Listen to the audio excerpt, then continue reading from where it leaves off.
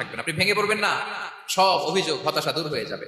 আমাদের জীবনে যত হতাশা, আমাদের জীবন নিয়ে যত অভিযোগ, আমাদের মনে যত কষ্ট, আমাদের হৃদয়ের ভেতরে যত অস্থিরতা, তার মূলে হচ্ছে এই সমস্যা যে আমরা ভুলেই গেছি আমরা পরীক্ষা দিতে আসছি। এই যে আমাদের জীবন, এই জীবনের জন্য বিপদ, আপদ, পরীক্ষা, স্ট্রাগল, এটা অনিবার্য, এটা হবে। বিপদ নাই, কষ্ট নাই, আপদ নাই, অনিশ্চয়তা নাই, স্ট্রাগল নাই, এমনকি কেউ আছে এখানে? কেউ কি হাত তুলে বলতে পারবেন যে হুজুর আমার জীবনে কোনো বিপদ নাই, অথবা আমার জীবনে কোনো দুঃখ নাই, কষ্ট নাই, কোনো স্ট্রাগল নাই, কোনো রিস্ক নাই? এরকম সৌভাগ্যবান কেউ আছেন এখানে? তাহলে জীবনের জন্য পরীক্ষা, এটা অনস্বীকার্য, হবেই হবে পরীক্ষা। পৃথিবীর জীবনটাই এমন, এভাবেই এই লাইফকে ডিজাইন করা হয়েছে। পরীক্ষা থাকবে, এখানে বিপদ থাকবে, এগুলো উত্তীর্ণ হয়ে আপনাকে যেতে হবে। চিরসুখ চির শান্তি এটাই পৃথিবীতে হয় না। চিরসুখ এবং চির শান্তির জায়গা হচ্ছে জান্নাত। চিরসুখ এবং চির শান্তি কোথায়? এটা জান্নাতের বৈশিষ্ট্য। চিরসুখ চির শান্তি, টেনশন নাই, ঝামেলা নাই, পরীক্ষা নাই, বিপদ নাই, রিস্ক নাই, স্ট্রাগল নাই, এটা হচ্ছে দ্য ফিচার্স অফ জান্নাত, জান্নাতের ফিচার। কিন্তু সমস্যাবাদে তখন যখন জান্নাতের ফিচার আমরা দুনিয়ায় খুঁজি, যেটা পাবো আমরা জান্নাতে, এটা খুঁজি কোথায়? এই তখনই সমস্যাবাদ। And this is the main problem. এটাই বড় সমস্যা। এই সমস্যার সমাধান কোথায়, এটা নিয়ে আজকে আমি কিছু কথা অ্যাড্রেস করবো ইনশাআল্লাহ। তো তাহলে আসুন শুনি জান্নাতের ফিচার কি। জান্নাতের কমন একটা ফিচার হচ্ছে জান্নাতে there will be no sickness in paradise. জান্নাতে কোনো অসুস্থতা থাকবে না, চিরসুস্থ। সুবহানাল্লাহ পড়ে। চিরসুস্থ, চির সবল, কেউ অসুস্থ হবে না জান্নাতে। জান্নাত হবে অ্যান্টি এইজিং, জান্নাতে বয়স বাড়বে না কারো, চির যৌবনা, চির যুবক, অ্যান্টি এজিং। আপনারা জানেন যে বর্তমান পৃথিবীতে অ্যান্টি এজিং ক্রিম পাওয়া যায় না? ক্রিম, কথা বুঝতেছেন? অ্যান্টি এজিং ক্রিম পাওয়া যায়। তারা বলে এই ক্রিম মাখলে চামড়ায় ভাঁজ পড়ে না। এটা দাম আছে কিন্তু অনেক। অ্যান্টি এজিং ক্রিম লাগায়, শ্যাম্পু ইউজ করে, অ্যান্টি এজিং অয়েল আছে, এটা দিলে নাকি চামড়ায় ভাঁজ পড়ে। ইভেন ভারতের অনেক বড় একজন ব্যবসায়ী মুকেশ আম্বানি, নাম শুনছেন না? যে তার ছেলের বিয়ে হয়ে গেল, তো এই মুকেশ আম্বানির স্ত্রী নীতা আম্বানি, সে কিছুদিন আগে এক বোতল গোল্ড ওয়াটার খেয়েছে, gold water, and it's cost $60,000। $60,000 দাম এক বোতল গোল্ড ওয়াটারের। কেন? ফর অ্যান্টি এজিং, যাতে বয়সের ছাপ গালে না থাকে। এখন বলেন, এভাবে কি আমাদের বয়সকে ধরে রাখা সম্ভব এই পৃথিবীতে? সম্ভব না, কারণ এই ফিচারটা দুনিয়ার ফিচার না, এটা জান্নাতের ফিচার। সুবহানাল্লাহ পড়ে। তাহলে জান্নাতে কেউ অসুস্থ হবে না, জান্নাত হবে চির যৌবন, চির যৌবনা। ওখানে আমরা যুবক থাকবো, প্রত্যেকে 33 বছরের যুবক যুবতী হয়ে জান্নাতে ঢুকবো। বিষ্ণু ইসলাম বলেন, আহলুল জান্নাতি জুরদা ওয়া মুরদা ওয়া আবনাউ সালাসিন ওয়া সালাসিন। জান্নাতে যারা যাবে শুভ্র দাড়িবিহীন, প্রত্যেকে হবে 33 বছর বয়সের। ওই যে 33 বছর বয়স একবার ঢুকলেন, আর বয়স বাড়বে না, ওইটাই চিরকাল ওই বয়স পাবেন। জান্নাতের আরেকটা ফিচার হচ্ছে নো ফ্রাস্ট্রেশন, কোনো চিন্তা নাই, দুশ্চিন্তা নাই, হাইপার টেনশন নাই, সজীব প্রাণবন্ত। সুবহানাল্লাহ। জান্নাতের আরেকটা ফিচার হচ্ছে there is no expiry date in জান্নাত। এক্সপায়ারি ডেট আছে? জান্নাতে যে ঢুকবো 7 দিনের জন্য চেক ইন, নাকি? চেক ইন কয় দিনের জন্য? 7 দিন, 10 দিন পরে চেক আউট করে ফেলবে, এরকম? নো এক্সপায়ারি ডেট, আজীবন। একবার এন্ট্রি পেলে বের হওয়ার টেনশন নাই। আল্লাহু আকবার। তাহলে no expiry date, rather it's eternal. আজীবন থাকবেন, খালিদিনা ফিহা, চিরকাল থাকবেন। এবং জান্নাতের সবচাইতে গুরুত্বপূর্ণ ফিচার হচ্ছে there will be no death in জান্নাত। জান্নাতে আপনার আর মৃত্যু হবে না, মৃত্যুর বিদায় হবে। তার মানে আপনি অমর হবেন। তাহলে আপনি চির সুস্থ, চির সবল হবেন জান্নাতে, চির যুবক থাকবেন, প্রাণবন্ত থাকবেন, আপনি অমর হবেন, আপনি জান্নাতে মরবেন না। জান্নাতীরা যখন জান্নাতে যাবে, ফেরেশতারা ডেকে বলবে, ইয়া আহলাল জান্নাতি ইন্না লাকুম আন তাসিহু ফালা তাসকামু আবাদা। জান্নাতীরা চিরকাল সুস্থ থাকবা, অসুস্থ হবা না। ইন্না লাকুম আন তাশিব্বু ফালা তাহরামু আবাদা।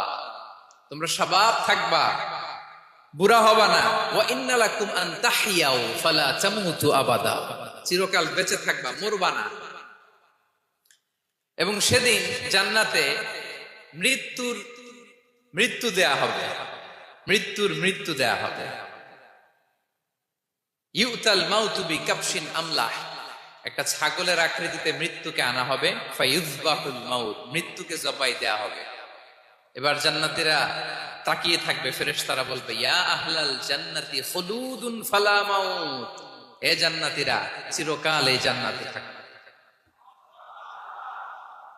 তাহলে জান্নাতের ফিচার পাইছেন? এখন কোন বোকা যদি এই ফিচার দুনিয়ায় খোঁজে পাবে? পাবে না, কারণ দুনিয়ার ফিচার আলাদা। দুনিয়ার ফিচার কি? এই দুনিয়াতে বিপদ আসবে, কষ্ট আছে, দুনিয়াতে হতাশা আছে, ভয় আছে, অসুস্থতা আছে, বার্ধক্য আছে, এবং এই দুনিয়ার একটা এক্সপায়ারি ডেট আছে না? দ্য ডে ইউ ডাই, যেদিন আপনি মারা যাবেন, এটা আপনার এক্সপায়ারি ডেট। চলে যেতে হবে, চলে যেতে হবে। এই পৃথিবীতে মৃত্যুর অস্তিত্ব আছে, সবকিছু থমকে দিয়ে, আপনাকে চমকে দিয়ে মৃত্যু চলে আসবে, ঠিক কিনা বলেন? তাহলে এগুলো হচ্ছে দুনিয়ার ফিচার। এই দুনিয়াতে বিপদ আপদ, কষ্ট, ঝুঁকি, স্ট্রাগল, বার্ধক্য, অসুস্থতা, এগুলো নিয়ে আমাদেরকে টিকে থাকতে হয়। এটা দুনিয়ার ফিচার, মিলায় ফেললে হবে না। জান্নাতের ফিচার একটা, দুনিয়ার ফিচার আরেকটা। দুনিয়াতে কষ্ট থাকবে, বিপদ আপদ থাকবে। এই দুনিয়ার ফিচারটা আল্লাহ তাআলা কোরআনের একটা আয়াতে খুব চমৎকার ভাবে উল্লেখ করেছেন, সেটা দিয়েই আমি আলোচনা শুরু করেছি। আল্লাহ তাআলা ইরশাদ করছেন, ওয়ালা নাবলুওয়ান্নাকুম বিশাইইম মিনাল খাউফি ওয়াল জুই ওয়া নাকসিম মিনাল আমওয়ালি ওয়াল আনফুসি ওয়াস সামারাত ওয়া বাশশিরিস সাবিরিন। আল্লাহ তাআলা বলছেন, অবশ্যই আমি তোমাদেরকে পরীক্ষা করব, ভয় দিয়ে, ক্ষুধা দিয়ে, সম্পদের ঘাটতি দিয়ে, আতঙ্ক দিয়ে, প্রাণনাশ দিয়ে, ফল ফসলের হানি দিয়ে পরীক্ষা করবে। কিন্তু এই পরীক্ষায় যারা উত্তীর্ণ হবে, যারা সবর ইখতিয়ার করবে, ওয়াবাশশিরিস সাবিরিন, ধৈর্যশীলদের জন্যই হচ্ছে সুসংবাদ। আলহামদুলিল্লাহ পড়েন। তাহলে সম্মানিত সুধী, আমরা বুঝতে পারলাম এই পৃথিবীর ফিচার হচ্ছে এখানে বিপদ থাকবে, বিপদ ছাড়া কেউ থাকবে না। স্ট্রাগল থাকবে, কষ্ট থাকবে, ঝুঁকি থাকবে, রিস্ক থাকবে, এবং নানা ধরনের বিপদ আপদ দিয়ে আল্লাহ তাআলা আমাদেরকে পরীক্ষা করবেন। এটা মাস্ট, এটা আমাদের মাইন্ডসেটে নিয়ে নিতে হবে। মাইন্ডসেটে এটা ক্লিয়ার থাকতে হবে। চিরসুখ চিরশান্তি এই দুনিয়াতে মিলবে, কোথায় মিলবে তাহলে? এটা তাহলে বিপদ আসবেই, আপদ আসবেই, পরীক্ষা থাকবেই আমাদের জীবনে। তবে ইন্টারেস্টিংলি মজার বিষয় হচ্ছে, পরীক্ষাটা এক একজনের এক এক রকম। পুরো পৃথিবীটা একটা পরীক্ষা ক্ষেত্র, কিন্তু কারো প্রশ্নপত্রের সাথে কারো প্রশ্নপত্রের কোনো মিল নাই। সুবহানাল্লাহ। আমার পরীক্ষা একরকম, আপনার পরীক্ষা আরেক রকম, ওই ভাইয়ের পরীক্ষা আরেক রকম, ওনারটা আরেক রকম। সবাই পরীক্ষার্থী, কিন্তু কারো প্রশ্নপত্রের সাথে কারো প্রশ্নপত্রের কোনো মিল নাই। কারো জন্য পরীক্ষা হচ্ছে সে খুব অসুস্থ, প্রচন্ড অসুস্থতা, তার জন্য পরীক্ষা। ক্যান্সারের রোগী, দুরারোগ্য ব্যাধি, ডক্টর বলছে 4th স্টেজে চলে আসছে, কয়েক মাস বাঁচতে পারে, এটা তার জন্য পরীক্ষা। আবার কারো দেখবেন যে খুব একটা অসুস্থতা নাই, অসুস্থতার ঝামেলা নাই, কিন্তু তার দারিদ্রতা আছে, তার আর্থিক অনটন, এটা তার জন্য পরীক্ষা। আবার কারো দেখবেন অসুস্থতাও নাই, দারিদ্রতাও নাই, তার দাম্পত্য জীবনের সমস্যা আছে না নাই? অনেকের দেখবেন এগুলো কোনোটাই সমস্যা না, তার ছেলে কথা শোনে না, মাদকাসক্ত। মাদকাসক্ত, রিহ্যাবে পাঠায়, আবার আসে, আবার গাঁজা খাওয়া শুরু করে, আছে না নাই বলেন? দেখেন তার পরীক্ষাটা আবার আলাদা। অনেকের দেখবেন মেয়ে বাবার কথা শোনে না। আবার অনেকের দেখবেন যে ব্যবসায় সমস্যা, লসের পর লস, লাভ উঠাতে পারে না। তাহলে পরীক্ষা ছাড়া, বিপদ আপদ ছাড়াই দুনিয়াতে কেউ নাই। কেউ নাই প্রিয় ভাইয়া।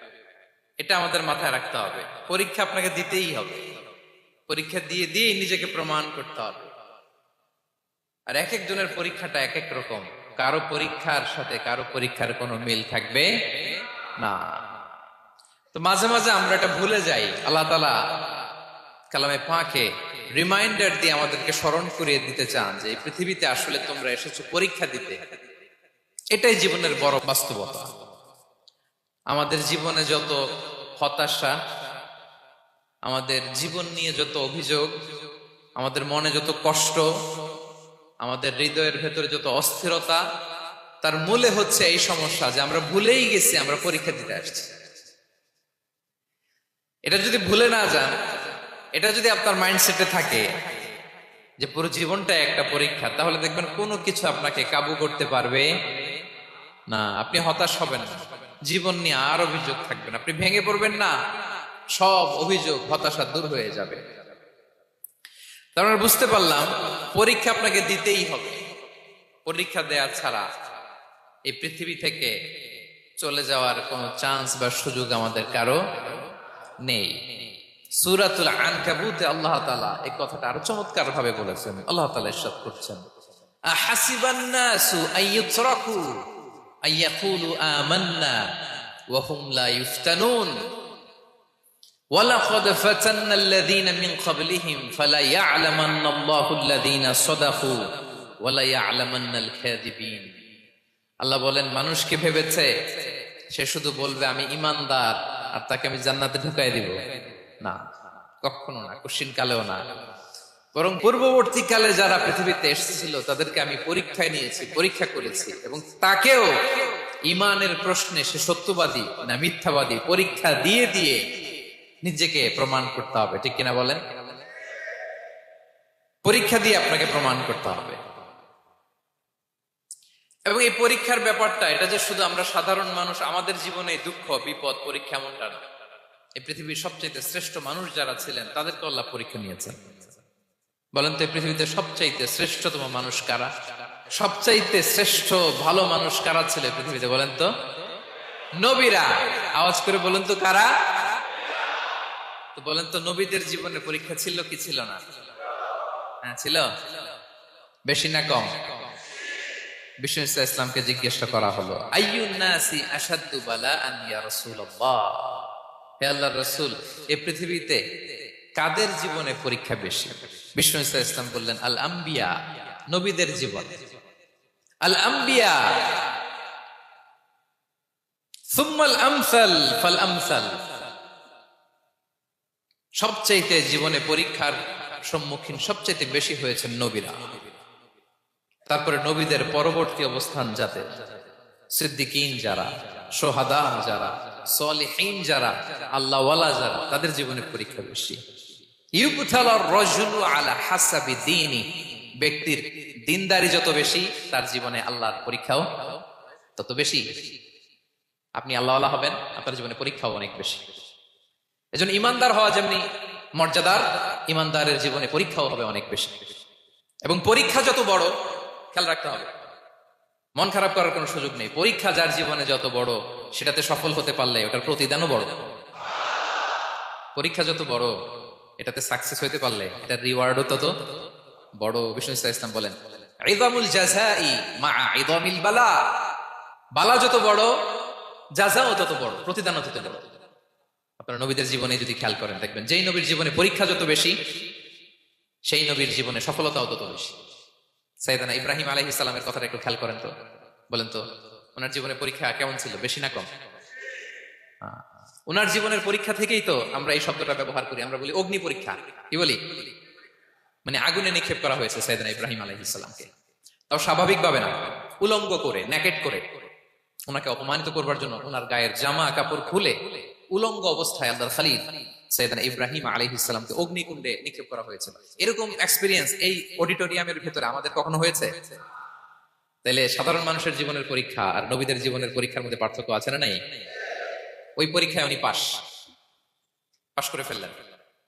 86 বছর পর্যন্ত আল্লাহর কাছে দোয়া করলেন, আল্লাহ আমাকে একটা নেককার সন্তান দাও। আল্লাহ সন্তান দেয় না। 86 বছর পরে আল্লাহ তাআলা সাইয়েদনা ইব্রাহিম আলাইহিস সালাম এবং হাজারের ঘরকে উজালা করে সন্তান দিলেন। সাইয়েদনা ইসমাঈল আলাইহিস সালাম পৃথিবীতে আসলেন কত বছর বয়সে? 86 বছর বয়সের এখানে কেউ আছেন? হ্যাঁ, আছি আমরা কেউ? নাই। 86 বছর বয়সে প্রথম সন্তান পেয়েছে। তাদের ঘরকে উজালা করে আল্লাহর নবী সাইয়েদনা ইসমাঈল আলাইহিস সালাম আসলেন। এবার আল্লাহ বললেন, যাও স্ত্রীকে আর এই কলিজার টুকরা সন্তানকে থাকো তো প্যালেস্টাইনে, প্যালেস্টাইন থেকে 1500 কিলোমিটার দূর দ্য ব্যারেন ল্যান্ড, ওই মক্কার ধুধু মরু প্রান্তরে রেখে আসো, এখানে কেউ নাই, মানুষ নাই।